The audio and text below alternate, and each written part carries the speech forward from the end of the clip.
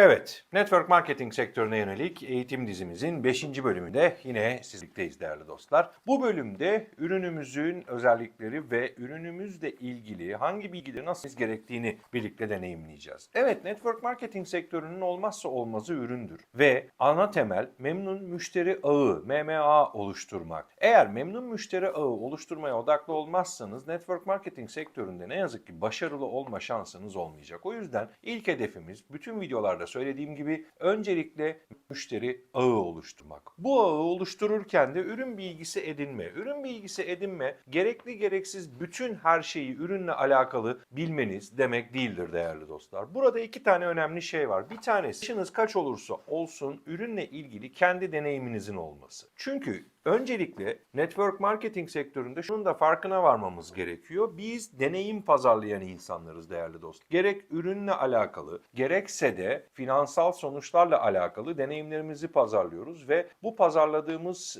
deneyimler üstünden ağımızı, proaktif ağımızı inşa etmeye başlıyoruz diyebiliriz. O yüzden ürün bilgisi edinmenin birinci kuralı ürünü kendi üzerinizde denemek ve kendi sonuçlarınızı yaşamak. Çünkü yaşadığınızı çok daha güçlü anlatacak. Bundan sonrasında da ürünün bazı teknik detaylarını biliyor olmanız gerekiyor. Mesela içeriğinde var olan en azından ana maddeleri bilin. Ama bu maddelerin hangi şeyleri yaptığı noktasında bilgi çok fazla ihtiyacınız olmayabilir ama ürünün genel olarak son faydada neyi sağladığını öğrenmeniz gerekiyor. Çünkü karşınızdaki kişiler burada son faydaya odaklı olacaklardır değerli dostlar ve o son faydayı onlara aktarabilmeniz için ürününüzü detaylı bilmeniz gerekiyor. Ama dediğim gibi gerekli gereksiz bütün bilgileri zihninizde toplamaktan bahsetmiyorum. Gerçekten işinize yarayacak bilgileri ürünle ilgili deneyimlemeniz, öğrenmeniz ve bunu da aktarabilme becerisini kazanmanız gerekiyor. Tabii ki de ürünün avantajlarından bahsedeceksiniz. Avantajları nedir? Yani bu ürünü kullandıktan sonra hayatımda neler değişecek? İşte bir kozmetik ürünü pazarlıyorsam ya da bir sağlıklı yaşam ürünü pazarlıyorsam benim hayatımda ne gibi bir etkisi olacak? Nasıl bir etkisi olacak ve son faydada ben neyi kazanmış olacağım? Ürünün avantajlarında bunlardan bahsedebilirsiniz ama burada önemli bir uyarı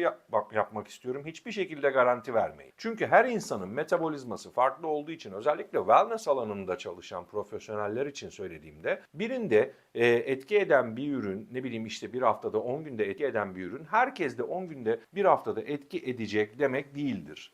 O yüzden de garanti vermeyin değerli dostlar. Çünkü garanti verirseniz sizin başınız ağrıyacak.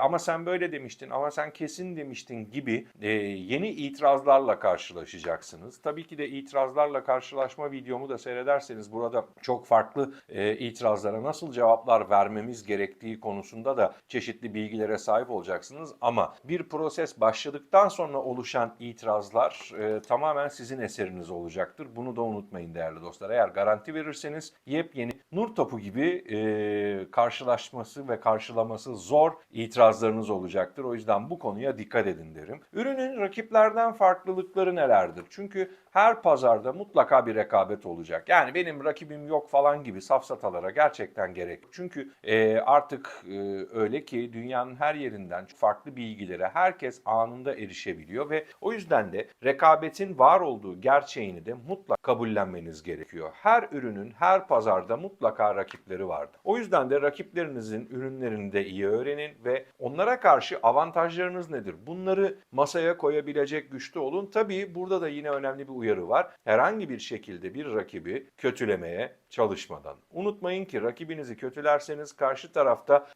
o rekabetin içinde karşı tarafın müşterinizin karşıdaki rakip şirketleri araştırmasını da sağlamış olacaksınız. Ve tabii ki de bu araştırmayı müşteri yaparken çok özgür bir şekilde yapacak ve sizinle onun arasında bir kararı kendisi verecek. O yüzden kötülemeyin, sadece farklarınızı ortaya koymaya çalışın. Ve tabii ürünün nasıl kullanılacağı konusunda çok detaylı bilgiye sahip olun değerli dostlar. Bu ürünü aldığında müşterinizi ürünle baş başa bırak. Ona nasıl kullanacağını anlatın. Nerelerde etkiler olabileceğinden anlatın ve kullanım şeklini mutlaka karşı tarafa çok iyi aktardığınızdan emin olun. Çünkü doğru kullanılmayan bir ürün doğru sonuçlar vermeyecek. Evet, daha sonrasında da ürünümün detaylarını biliyorum ama müşterimin de detaylarını biliyor muyum? Hep anlattığımız şey müşterinizi iyi dinleyin ve ürününüzün hangi faydalarının onun faydasına olacağı noktasında Bir karar verin ve oradan devam edin görüşmenize. Çünkü her ürünün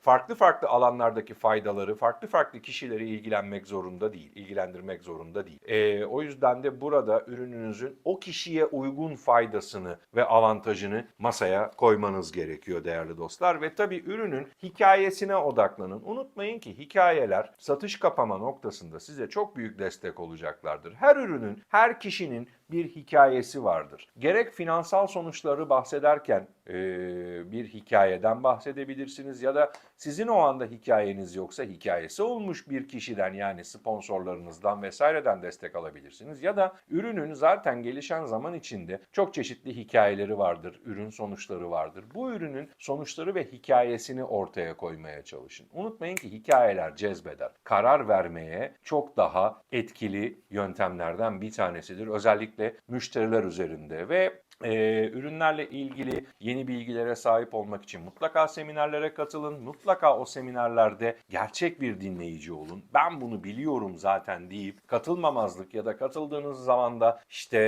yarım kulakla dinleme noktasında olmayın. Çünkü emin olun bir başkasının anlattığını, bir başkasından dinlediğinizde yepyeni bir perspektif kazanabilir ve bu perspektifle dağarcığınızı geliştirebilirsiniz. Ve tabii ürün deneyimleri burada çok önemlidir. Kişilerin yaşadığı ürün deneyimleri, sponsorlarınızdan, farklı dönemlerde bu ürünü kullanmış kişilerden gerek video gerekse de sesli mesaj veya benzeri şekillerde çeşitli ürün deneyimlerini toplarsanız görüşmelerinizde mutlaka o ürünle ilgili karşınızdaki müşterinin ihtiyacına gidermiş, aynı problemle belki karşı karşıya kalmış ve buradan sonuç almış kişilerin de var olduğunu gösterebilirsiniz. Bu da karar verme sürecinde çok önemli olacak. Evet değerli dostlar, ürünle ilgili ana temelde dikkat etmemiz gereken noktalar bunlar. Unutmayın ki çok bilgi değil, yeterli bilgi önemlidir. Her şeyi bilmek değil, kararında bilmek önemlidir. Her şeyi bilmenize zaten gerçekten gerek. Çünkü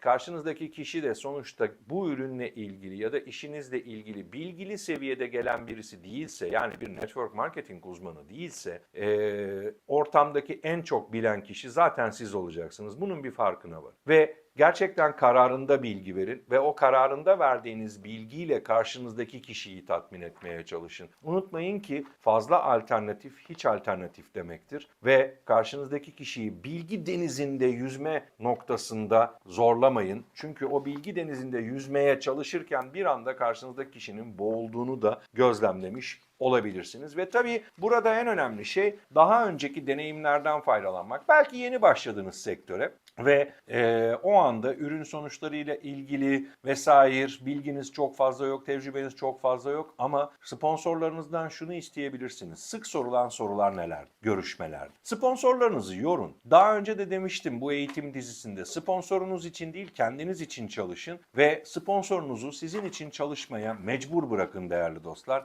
Neden? Çünkü sponsorunuz sizden daha tecrübeli ve bu tecrübeyi aktarmak zorunda ve yani size bilgi desteği vermek zorunda. Aynı zamanda size materyal desteği vermek zorunda. Onlar belki de çok fazla görüşme yaptıkları için zaten karşılaşılabilecek itirazları ve soruları çok iyi biliyorlar. O yüzden de buradan hareketle siz de karşılaşılabilecek itirazları önceden isterseniz ve sık sorulan soruları isterseniz bunlara karşı yeni senaryolar oluşturabilirsiniz. Unutmayın, her görüşmenin senaryosu farklıdır. Her görüşmenin dinamiği farklıdır. Görüşme yaptığınız yerden, saatten ve günden bağımsız olarak kişinin o gün ne yaşadığını bilmiyorsunuz. Veya aynı kişiyle belki başka bir ortamda buluşsaydınız işte tam karar anında tuvaleti gelmeyecek ve tuvalete gitmeyecek.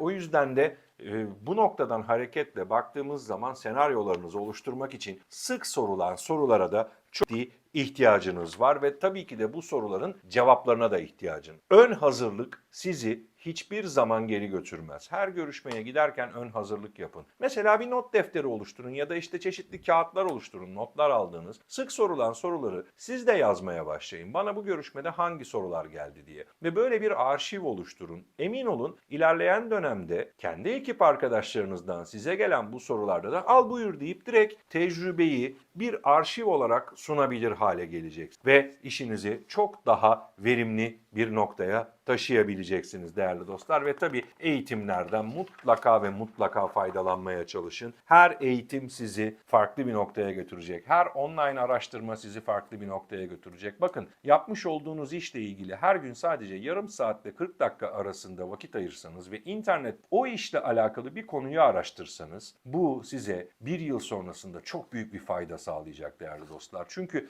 gelişim hedefi olarak her gün sadece %1'i bile hedeflesek, yani bir gün önceden %1 daha fazla geliştiğimizi hedeflesek, yıl sonunda 1'e 37 oranında, yani %3700 gelişmiş oluyoruz. O yüzden de değerli dostlar, küçük adımlar büyük zaferlerdir. Network marketingde bunu unutmayın. Bir anda çok büyük zaferlere imza atamazsınız. Her savaş çok güzel bir hazırlık döneminden sonra kazanılan bir gerçek. Hazırlık dönemini mutlaka iyi geçirin ve hazırlık dönemini zamana yayın. Profesyonelleşmeye başladıkça da amatör ruhu içinizden kaybetmeyin. Ben bunu biliyorum demeyin değerli dostlar. Çünkü emin olun, ben bunu biliyorum dediğinizde yavaş yavaş geriye gitmeye başlayacaksınız. Evet, yeni bir eğitim programında daha, yeni bir videoda daha tekrar görüşmek üzere. Bir sonraki partta yine network marketing sektörünün çok farklı bir konusuna sizlerle birlikte değineceğiz ve bunu incelemeye başlayacağız. Yeni videoda görüşmek üzere.